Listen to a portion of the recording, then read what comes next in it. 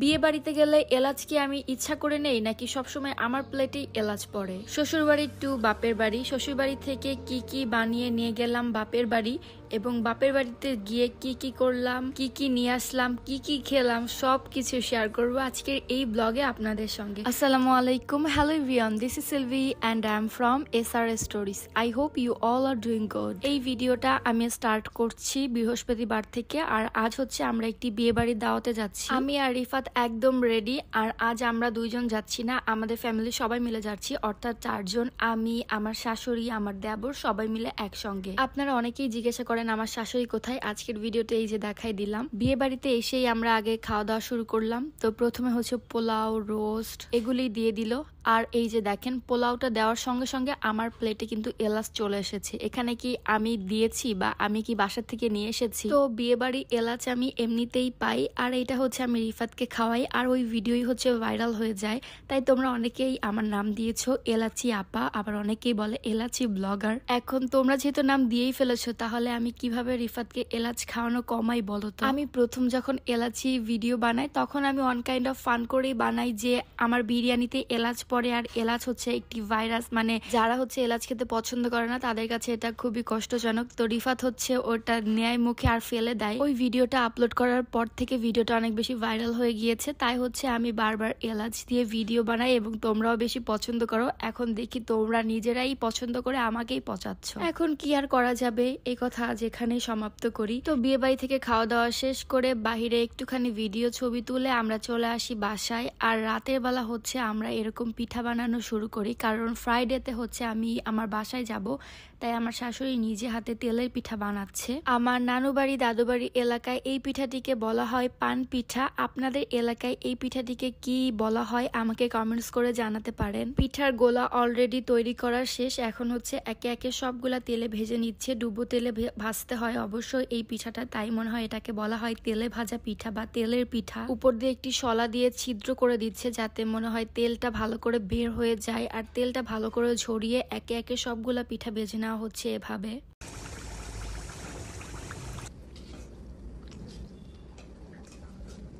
আমার শাশুড়ি নিজে হাতে সবগুলা পিঠা বানিয়েছে, আর এগুলা পিঠা হচ্ছে কালকে আমি আমার বাসায় নিয়ে যাব।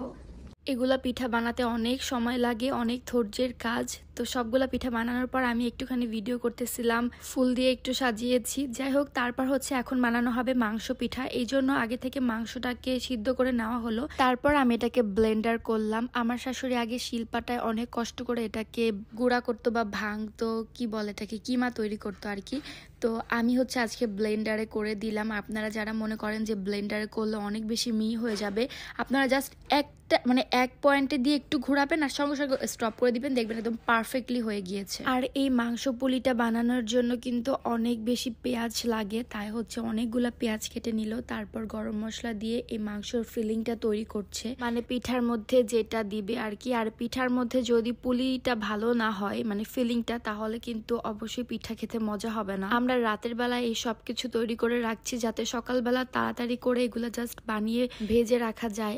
আমাদের প্রথমে যে কড়াইটা নিয়েছিলাম ওটা একটু ছোট হয়ে গিয়েছিল, তারপর হচ্ছে ফ্রাই প্যানে আমরা এটাকে ট্রান্সফার করলাম, উপর দিয়ে একটুখানি গরম মশলা দিলাম, দেন এটা হচ্ছে একদম রেডি। এটা একটু ভাজা ভাজা করলেই বেশি মজা হয়। তারপর চালের আটা দিয়ে রুটি বানিয়ে এটাকে এভাবে কাট করে একে একে সবগুলা পিঠা তৈরি করে নিচ্ছে। ও হ্যাঁ, এটা কিন্তু অবশ্যই ফ্রাইডে সকালে, আর একটু আগে যেটা দেখাচ্ছিলাম ওটা হচ্ছে বৃহস্পতিবার রাতে ছিল। যাই হোক, তারপর হচ্ছে পিঠা বানাচ্ছিল আর একটু একটু করে ভেজেও নিচ্ছিল। পিঠা বানানোর শেষের দিকে আমি কয়েকটা ভাজার ক্লিপ নিয়েছি, তাই একদম তেলটা কমে গিয়েছে, সবগুলা পিঠা ভাজা হয়ে গিয়েছে।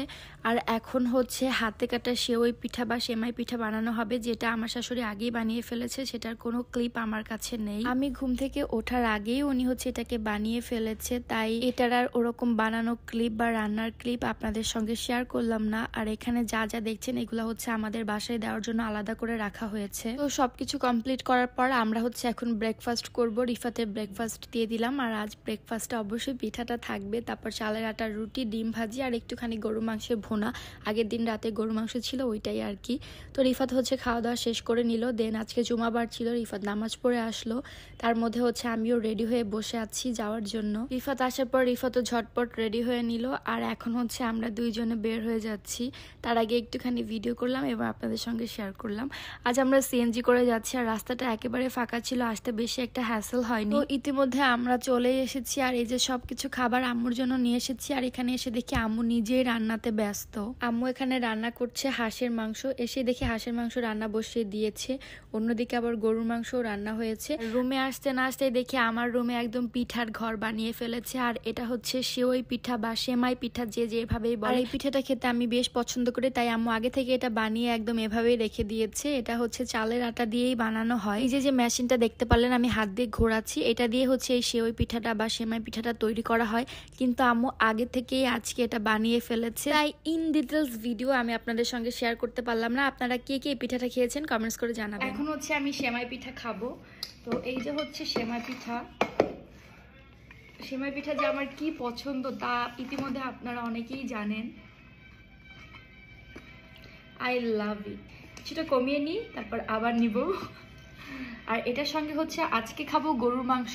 হাঁসের মাংস রান্না হচ্ছে, সেটা হচ্ছে চুলায়, সেটা এখন খাবো না। এখন হচ্ছে গরুর মাংস দিয়ে খাওয়া হবে। তো এই যে হচ্ছে চুই ঝাল দিয়ে গরুর মাংস। তো এখন হচ্ছে আমি এটাকে নিব। আমি হাঁড়ি ভরে টেবিলে নিয়ে আসছি, আর আপনাদের সঙ্গে ভিডিও করতেছি তো তাই। আচ্ছা, তো আজকে হচ্ছে গরুর মাংস দিয়ে সেমাই পিঠা খাবো। আপনারা অনেকেই এটা কিভাবে বানায় আমার কাছে ভিডিও ডিটেলসে চেয়েছেন, কিন্তু আমার আম্মু আজকে আগেই বানিয়ে ফেলেছে, তাই আমি আর ডিটেলস দিতে পারলাম না। তাও ব্লগে আমি একটু একটু করে দেখাবো আপনাদেরকে। তো চলেন এখন হচ্ছে খাওয়া শুরু করা যাক। বিসমিল্লাহ।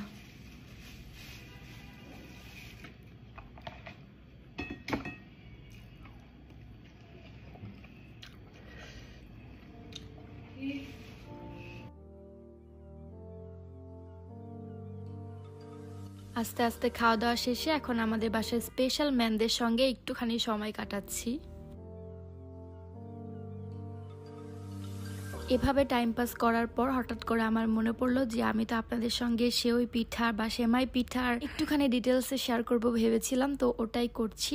অনেকগুলা পিঠা বানানো হয়েছে, তাই আরও কিছু সিদ্ধ করা বাকি ছিল, তাই এভাবে হচ্ছে এগুলাকে সিদ্ধ করা হচ্ছে। সিদ্ধ করতে করতে এদিক দিয়ে হাঁসের মাংস রান্না করা শেষ, সব কিছু রান্না করা শেষ। বেশ অনেকটা সময় পর এখন হচ্ছে আম্মু এগুলো সব প্যাকিং করবে।